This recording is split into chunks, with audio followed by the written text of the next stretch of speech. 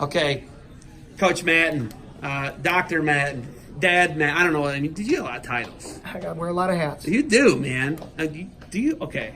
The emergency rooms you work for, right. You're like part owner too, right? You're an entrepreneur, Mattin. Or state champ, Mattin. I saw this little wet dog. Yeah, long time Look ago. at this little wet puppy on the. Were you a 103-pounder? 103-pounder. You're the school's first state champ. By about 2 hours. Yeah. By about, which Tobin? Tobin. Rob? He won 80. Rob's an All-American at Clarion. Yes. Him and Bernie were buddies. Yep. Okay, so I guess we'll bring it. I like reminiscing, right? But you're a guy who takes on a lot. You've been known to, right? What's it like bringing in the best combine in the country, bar none, Hammer Camp, and how many top 100s do we have here? A lot. 40, 50. Yeah, we have 45 Fargo All-Americans, probably 50 state champs. So it's an impressive camp. A lot of people ask, why do you do it? Obviously, besides getting to get your kids around great people, in my life, if you look at things, beyond wrestling, everything good I've had in life has come from wrestling. So I kind of want to instill that, show kids that they can this what they're doing in the wrestling mat can translate to success off the mat. And because if you're willing to put the time in, work hard, and expect excellence, then the sky's the limit, right? So, like you talk about this, you got a son at Michigan now. Yes. And you got Cole No Fear. Yeah. Where's Cole No Fear going? Do we know yet? Well, he was going to announce yesterday, but I wouldn't let him. So he's going to do it early next week. It's down to Michigan and Northwestern. So a lot of great schools that he went and visited, and went to visit Oklahoma State, Virginia Tech, great institutions, and but it's down to Northwestern and Michigan, and so he's going to probably announce next week. So it's like, can I just step on a limb? I'm going to go with Michigan. I don't know. I've been wrong before. But it feels like Michigan, his brother's there. He's got a built-in workout partner that he's been getting beat up by forever. Maybe he can exact some revenge now in the college room. But Michigan makes sense, but we'll find out next week. How's he going to announce, by the way? He's just going to, I think he'll probably put something out on Twitter or Instagram or something, call the coaches. I'm waiting. I'm pumped now. Yeah, to be honest, I swear on my life, I try to step back, right? It's his decision. It's his life.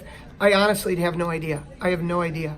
And I think both programs are phenomenal, and great coaching staff, great, just a great place to be. Phenomenal academics. Okay, well, it's got to be like for like travel sake, hour and 15, hour and 15, yep. Hour and 15 to Ann Arbor, three and a half to Northside Chicago. Yep.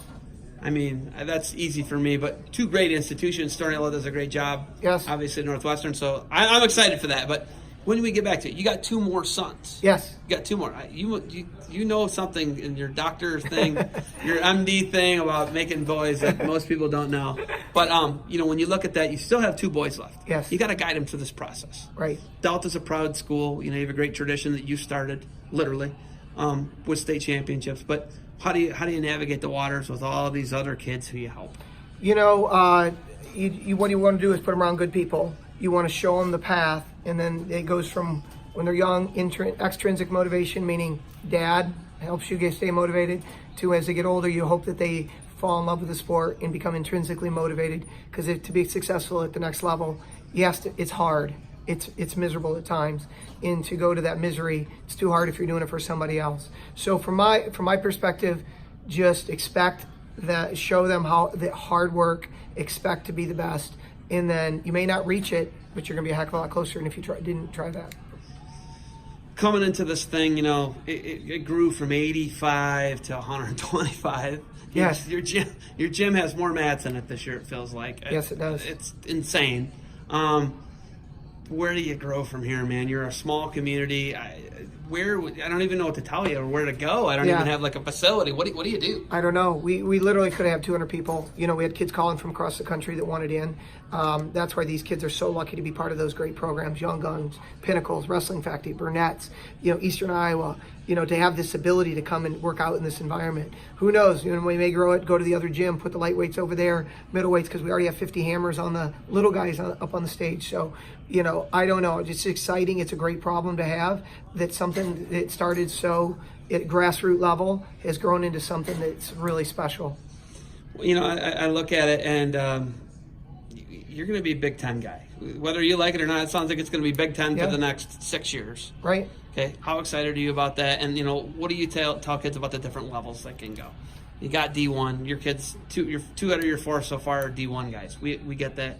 One guy's a 3-time state champ. The other guy won a state title last year. He's got another chance to win this year. Some people are D1 or bust. Is that a bad mentality to have? And how do you keep people to slot them in the correct level? And how do you guide that? That's hard, right? I think that you have to ask them what do they want out of the sport, and what are they looking for. And you got to decide, if you want to be D1, are you going to be able to be selfish and choose a phenomenal academic place? Are you going to choose a phenomenal wrestling place? Or are you willing to go anywhere to do that? D1 isn't for everybody.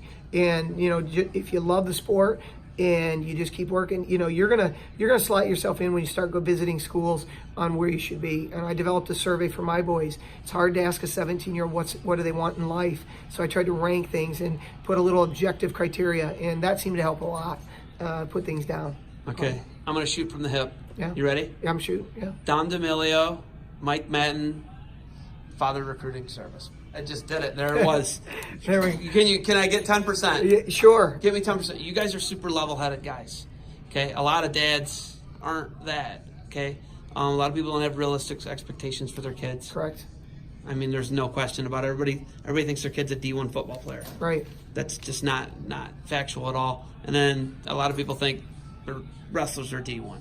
Right. How do you stay grounded like you guys are? And your guys are two of the best, Dylan and if we're just going to use Dylan and Drew, let's just use those guys. They're two of the best guys in the country. They both won Fargo. They're really good guys, right? We get that.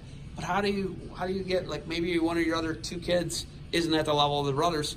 How do you keep them grounded, and how do you keep them slotted to where you want them? Yeah. Where they should go in ability level? Yeah, I mean, for me, I always focus on them, the individual, rather than the family, right? Because each kid is different. Each kid has different skill sets, and that light switch, if you want to call it, turns on at different times. So I always tell them to focus on what they can control. That's effort, intensity, and attitude, those kind of things. They can be dedicated, do things other kids aren't willing to do, and then everything else will sort itself out.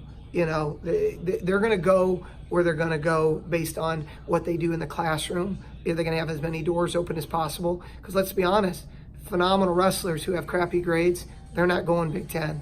They're going. Someone may take a flyer on them, but no one's going to take a flyer on a kid that's not, doing it academically. Your kid has a 4.0 or 3.8, gets a 26 on the ACT, and they're a pretty good wrestler. They can go to amazing colleges they could never get. Drew Mattin could have never got into Michigan on his academics alone, but he opened some doors with wrestling and academics together to be able to go there. Okay, I was raised by a blue-collar guy. My dad was an iron worker. Yeah. What'd your dad do? My dad worked in a factory for 12 years and then went to night school to become a dentist, and so he's a dentist now. Okay, so let's just talk about that. Right there, your dad was blue-collar. Yeah. He figured out being blue-collar. He used it as an avenue. We probably paid to go through college by working in a factory. My dad's an iron worker. Different stress levels of education, right? My dad was like, you just go do iron work. Mm-hmm. Your dad was like, hey, I'm a dentist. You can probably be more, right? How does your upbringing influence that, and what do you tell your kids? Yeah, I just tell them, choose something you love, find a passion, go for it. Everything turns into a job eventually. You might as well aim for the stars. If deep down you want to be whatever, go for it. No, why not you? I originally was in education, but I always wanted to be a doctor, but I was told I couldn't do it. I had a 2.5 coming out of high school, and I switched my major, and after my freshman year, didn't tell anybody I did it, and ended up with a 3.9 in my major. Never got less than an A after I switched. But I didn't tell anybody for a year. Didn't tell my wife, who was my girlfriend. Didn't tell my parents. I just did it. So I was originally in education. One of your kids is an iron worker, pipe fitter, carpenter. You're okay with it? Heck yeah.